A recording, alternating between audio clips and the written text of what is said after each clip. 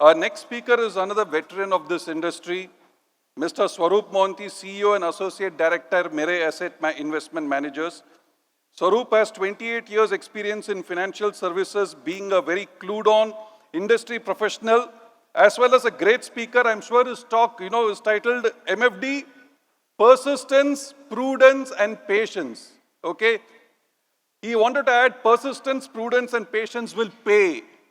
But then he thought that, all the MFDs will ask, where is the pay? So he removed that will pay. Okay? In our industry, if you're a veteran, basically it means that you have reached a stage where when you go back to Bombay, okay, he can decide, okay, Karnataka, Mogambo, Kushwa, so Karnataka MFDs get 10 paisa extra commission. Okay? So all power to you, Swarup Bhai. The stage is yours. Thank you so much, Harish. And on behalf of Mirae Asset, would like to thank MFD for this opportunity and look at what has become to this whole place. Vasu, incredible. I mean, every time I come and see this place, it just gets bigger and bigger. And today I tell myself it can't get bigger than this. Next time I'm sure it'll be needing another house. So thank you for giving this amazing opportunity. I was a little worried because my talk was after the lunch. Then I realized Mr. Arora was before me. So I was pretty sure he'll get in the crowd. So it's so good to hear him after 20 years. I heard him after 20 years and nothing has changed. So we welcome him back to the industry and wish him all the best. So today, as Harish said, when we are looking at the topic, and of course we are talking about mutual fund sahi hai, it will become sahi hai if everything along with it is also sahi. So I thought I'll just focus on how I view the mutual fund distribution business and how I look at it after spending around 25, 27 years working with all of you. So I'd like to express myself because I've always been given this platform here. Please don't take me otherwise. If you agree with me, fine. But if you disagree with me, please do let me know outside. I'll go back a better person. So when we start, and then let's get a little serious and talk about some numbers as we speak, because here's the broad financial assets as we speak, and post-COVID, post-demon, there has been a supposed shift to financial assets is what we hear, but typically the financial assets still belong to the bank. 55% of the money remains with the bank. Currency in hand, and I'm talking about post-demon, currency in hand still is 13%. Life insurance gets 23%, and mutual funds get 9% of financial assets. That's data. Let's look at, and this is the RBI data 2021, and it's not going to be very different when the data comes out this year. Last year, 31 lakh crores came to financial assets. And this is RBI data, right?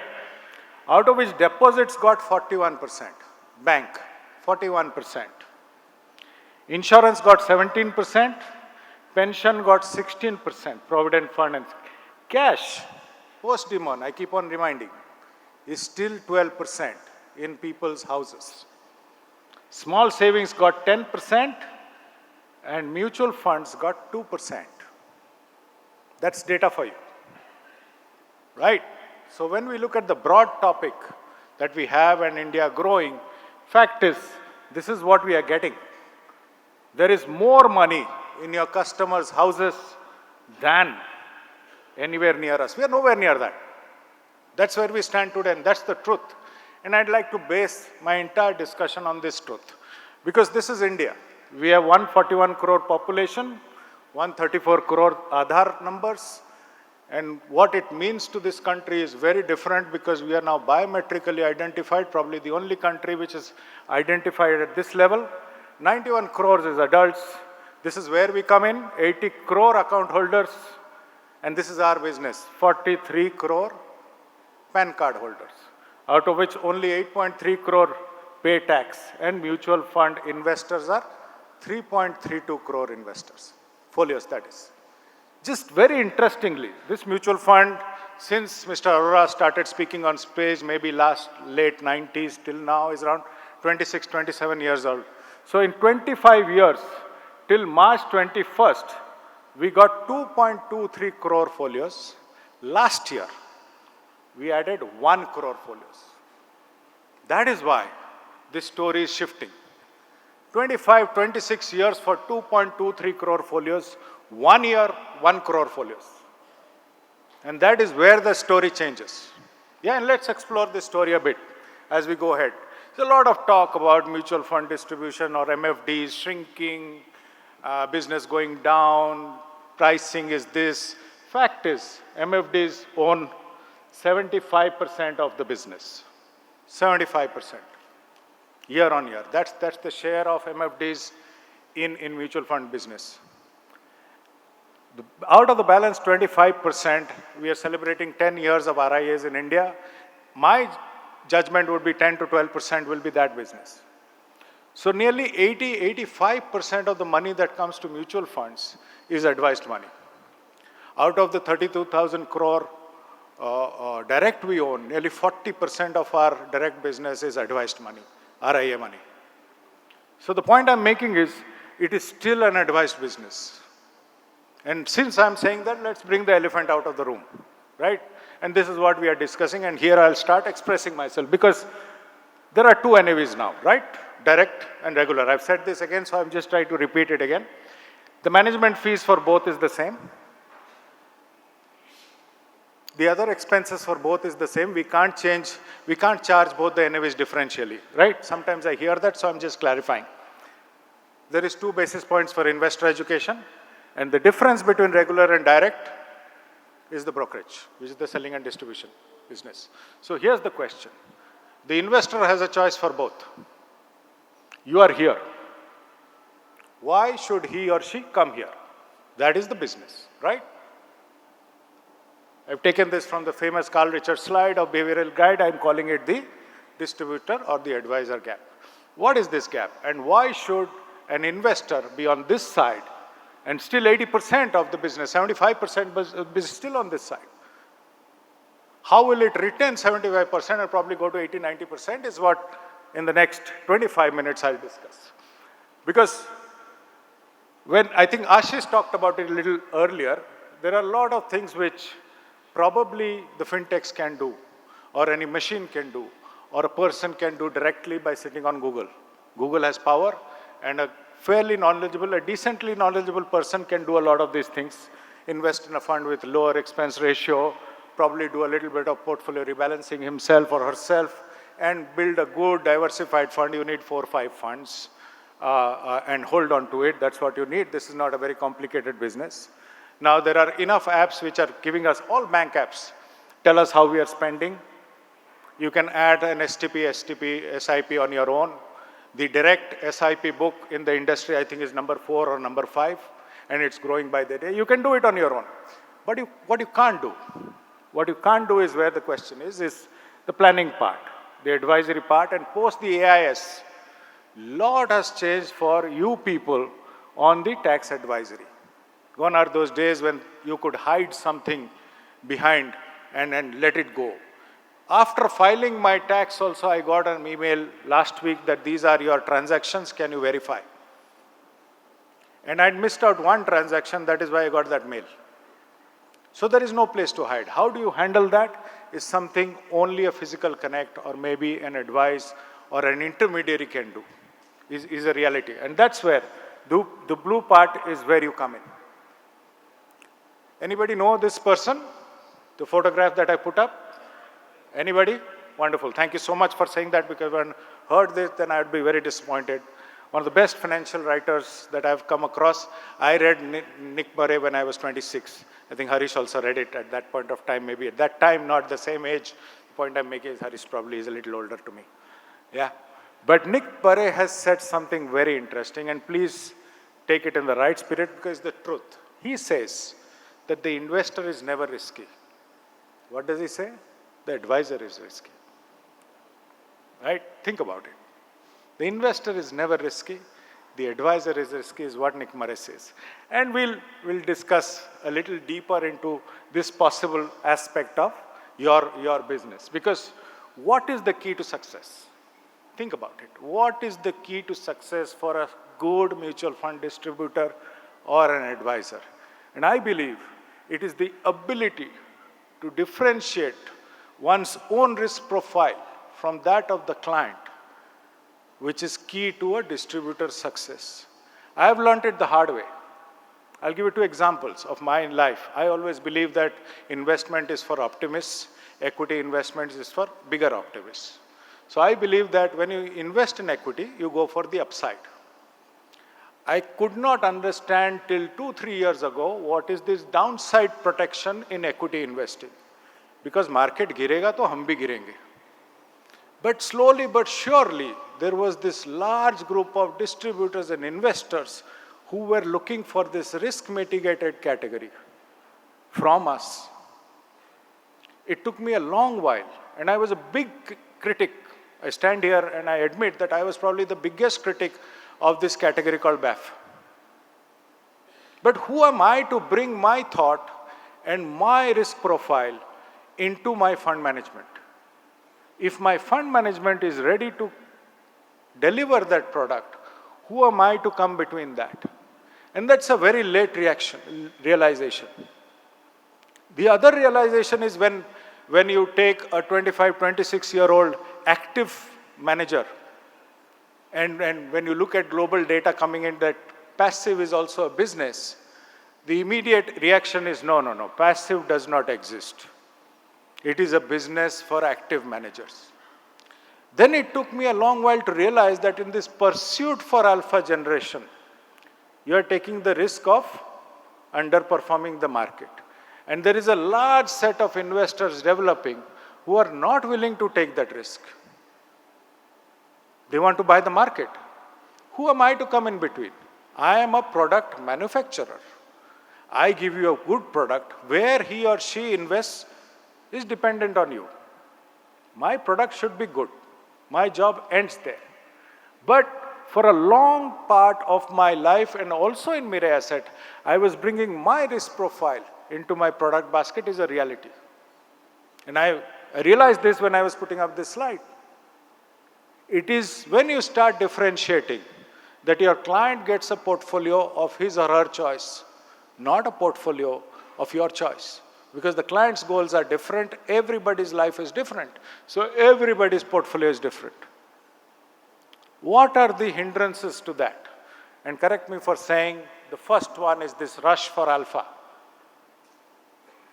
I have to give 25% return. I have to give 30% return. Has the customer or investor come to you asking for 25% return is my question. It is this rush for alpha that leads to this love for mid-cap and small-cap. There is no session that I go to without a question being asked, when will you launch your small-cap fund? When you pile on your customer with more mid and small, are you thinking of the risk that you are piling on?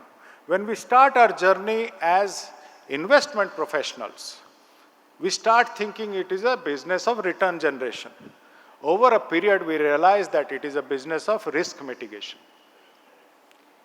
Most of the new investors, almost all new investors will come from the FD background, from the debt background. He or she has not come to you asking for 25% or 15% or 18%. He or she may not know mid-cap, small-cap risks. Are we judging that is a question. Taking this one step further, is this my alpha has to be the best in town? I have to outperform everybody. Does your investor actually need that outperformance? I'm only talking risks here. And when markets plummet, please understand, he or she now has somebody to blame. If he or she is open to this risk, not an issue. But if you are, without that person's knowledge, giving that risk, you have to think about it. The third point, very important, is, of course, this famous dialogue that risk hai to isk hai. See, we work in an environment where we are taught risk. Over a period of time, through markets, we understand that markets can crash 40%. The investor is not aware. The investor is clueless. An investor does not want to know. That is why he's come to you. If he knows, he could go to the direct plan. So if he has come to you, are we talking risks openly with that person? This is something which I leave behind with you. Just carrying this forward is that when we look at time, everybody says time, but when you look at inflow and outflow of the industry, it is just restricted to last 1 year performance. A fund can perform 14 years, we underperformed for 8 months. And we got the headline, has Mirae lost its mojo? That's the headline in Economic Times. And I asked the lady, was that the headline that we deserved? She said, my expectation from you are not that. Take it as a compliment. But fact is, if you look at the industry flow buys last 1 year performance. While you talk to anybody, everybody will talk long term. Are we aligning long term to our portfolios? I can tell you which fund will get money next month, which fund house will get money next month, and which fund house will get redeemed without checking monthly figures. Just pick one last year performance. That's all this is. Equity is somewhere getting normalized by SIP. By selling SIP, we've lost the ability to sell lump sum. Correct me if I'm wrong. Every allocation is now an SIP. In debt, there are bigger market timers. In waiting for 8%, people will not invest. Finally, they will invest at 6.5. Trust me on this one. Watch the flows. How do I know whether 8 will come or not? 7.5 is good. Somebody would have told me 7.5 1 year ago, I would have taken it. Then 8 jayega. Bahut kharab hai bazaar. If we knew all this, then why are we salaried individuals? Right? The last one. Holding a photograph of a snake and throwing a snake on an individual are two different things. When market crashes 40% and the investor is clueless, it comes back at you. Again, I'm bringing back the risk element. Because going forward, it will be discussions only on risk. The markets are narrowing. Whoever might say whatever. Fact is, alpha generation is under pressure. I'm not saying alpha generation will not happen, but fact is the number of people generating alpha is narrowing. There are enough large cap funds outperforming small cap funds on a 10-year horizon. That's the truth. So choosing funds is becoming a science and art. That is your business now. You can't categorize it mid-cap will perform. Yes, mid-cap will perform. Mirae said mid-cap might not perform. That's what you have to choose. But showing the risk to the investor is going to be very key in handling the investor, because the investor is getting everything on his phone now. There is no place to hide. Because earlier I have stood on this platform and said that banks are your opportunity. They are creating customers for you. Trust me, now banks have changed. Banks now have moved to only managing the risk of the customer. In spite of so much of discussion on large caps, banks are telling me, give me a large cap. Let it be a very, very disciplined large cap. I have enough risky products to give me. I think Ashish talked about a lot about alternates. There are other products that they give. So from a mutual fund perspective, they are handling the risk profile of the customer far better than they used to. Don't let this reversal happen. This is my humble submission. Because it is getting trickier by the day. I can stand up here and paint a very rosy picture. But you know the underlying data.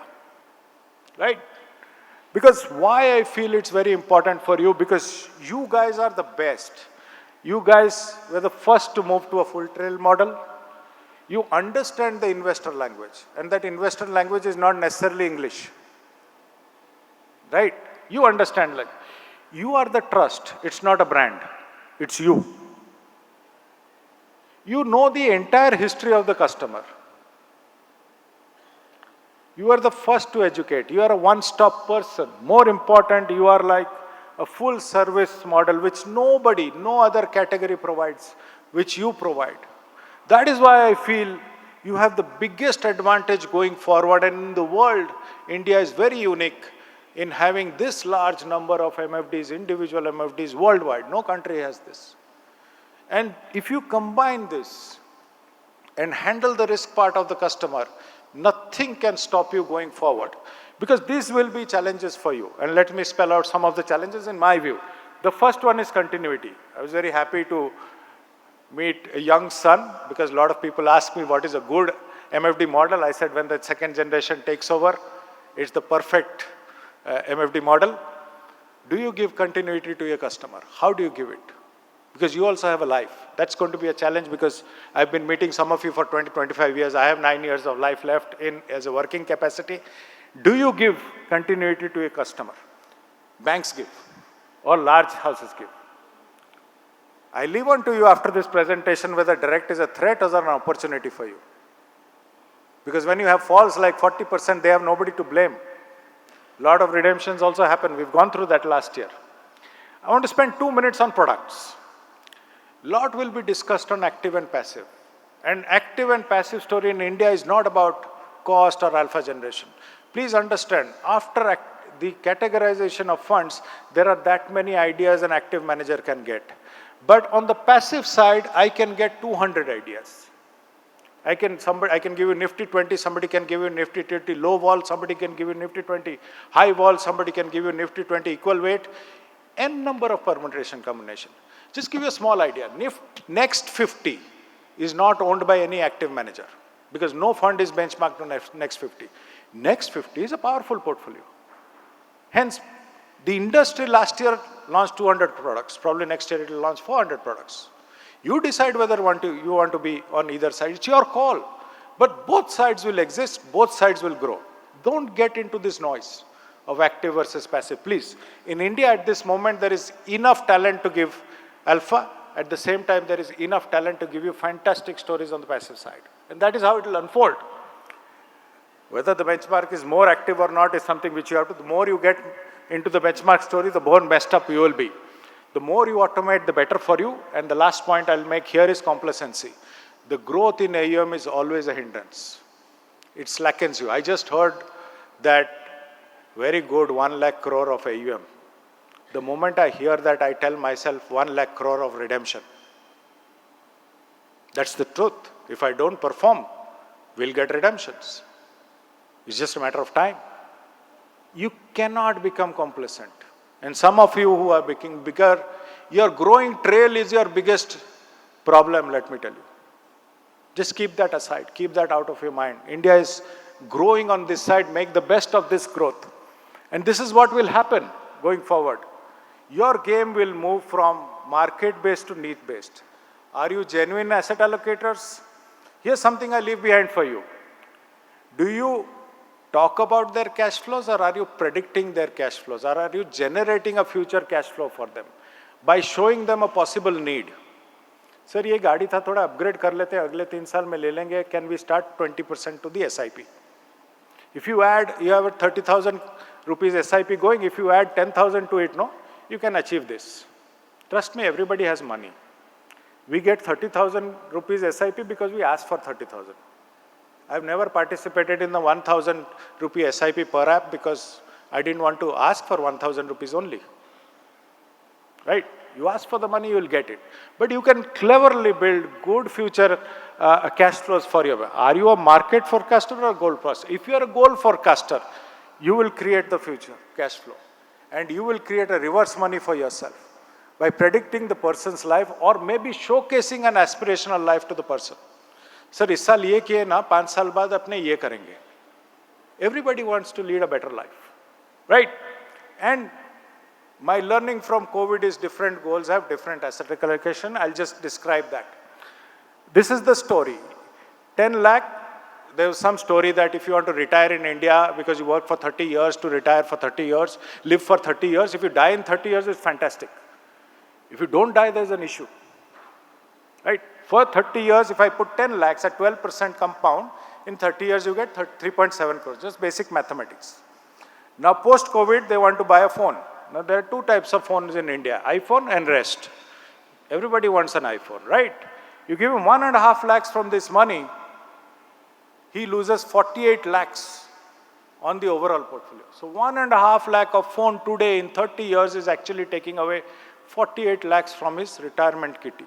That's how powerful this 1.5 lakh is. Similarly, if you take out just a 5 lakh or a 10 lakh, This 3.7 crores will come down to 1.72 lakhs. Half by just 2 redemptions.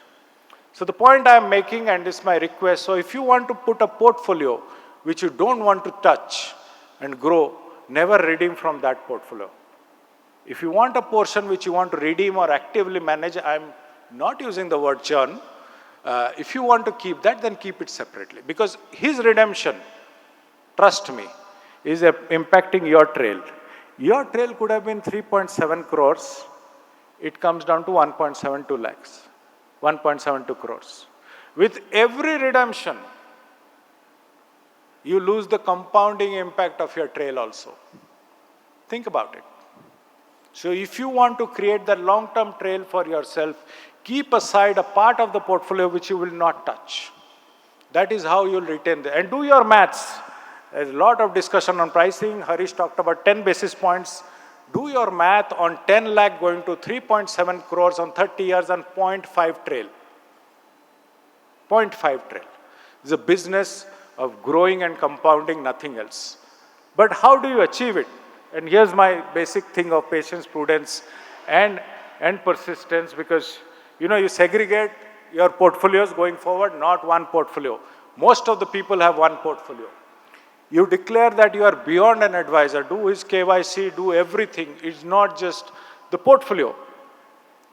You scale it up to a different level where you become his or her only trusted person.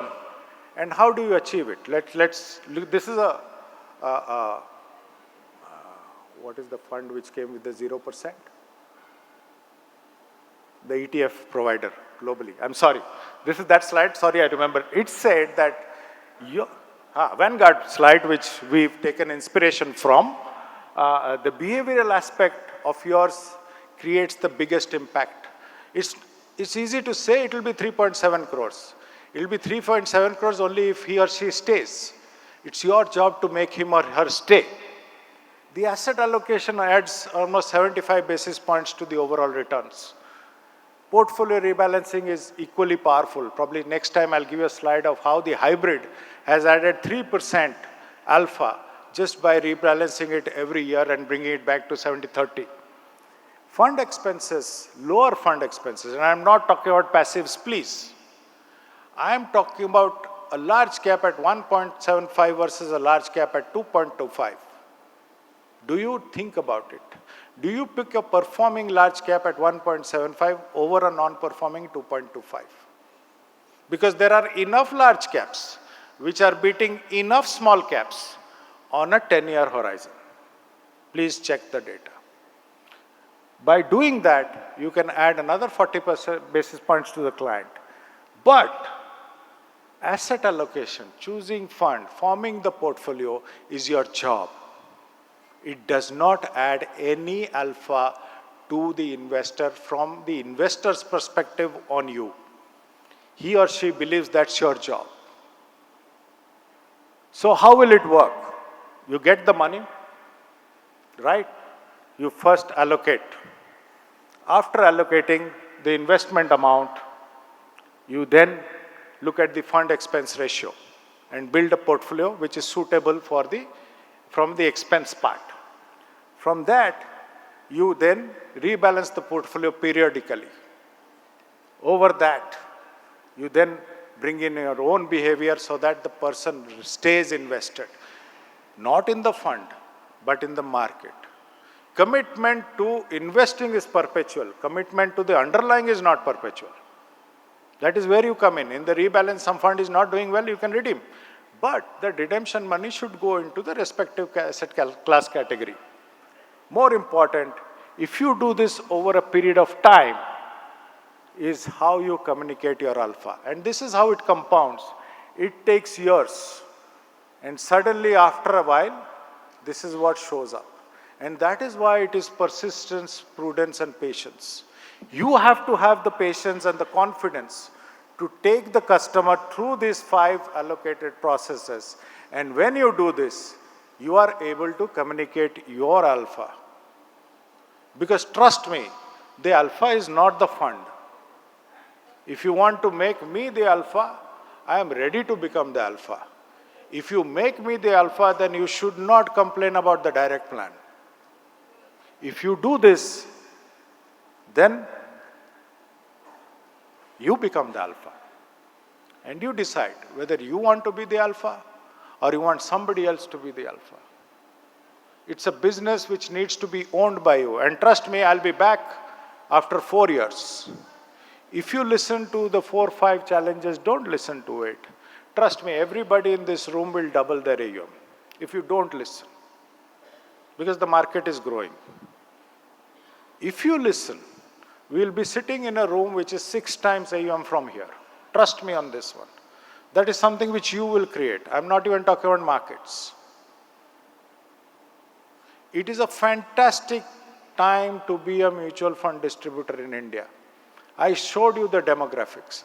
I showed you how 1 crore folios came in only last year. Investors are coming. Thing is whether they will come to you. Market is growing. My challenge is whether Mirae asset will grow or not. There is no doubt that 40 lakh crore will go to 80 lakh crore. Whether we'll grow or not, whether we deserve to grow, it will depend on whether we deserve to grow. So please, it's a humble request. And I end my slide because time is almost up. Think of this. Because there is so much noise that happens around us, and that is the present. These are my 2 favorite footballers. People talk cricket, so I thought I'll talk a little bit of football after the World Cup. Here's Mr. Chetri, the largest World Cup, one of the most successful international goal scorers of the world, not India, of the world. And there's Messi, right? We just saw the Messi magic. A good footballer is where the ball is. You all are very good because you've been successful, that's why you're sitting here. But a great footballer is where the ball will be. Look at the future and look how the country is changing and build your business plan accordingly. Anticipate what is happening and trust me, I hope to be back. I'll be back almost every year, but 6 years later, I'd like to sit with this room with 10% growth of AUM per person. So I wish you happy investing, wish you all the best going forward. Sorry if I was a little honest, but thank you so much for your time, really appreciate it.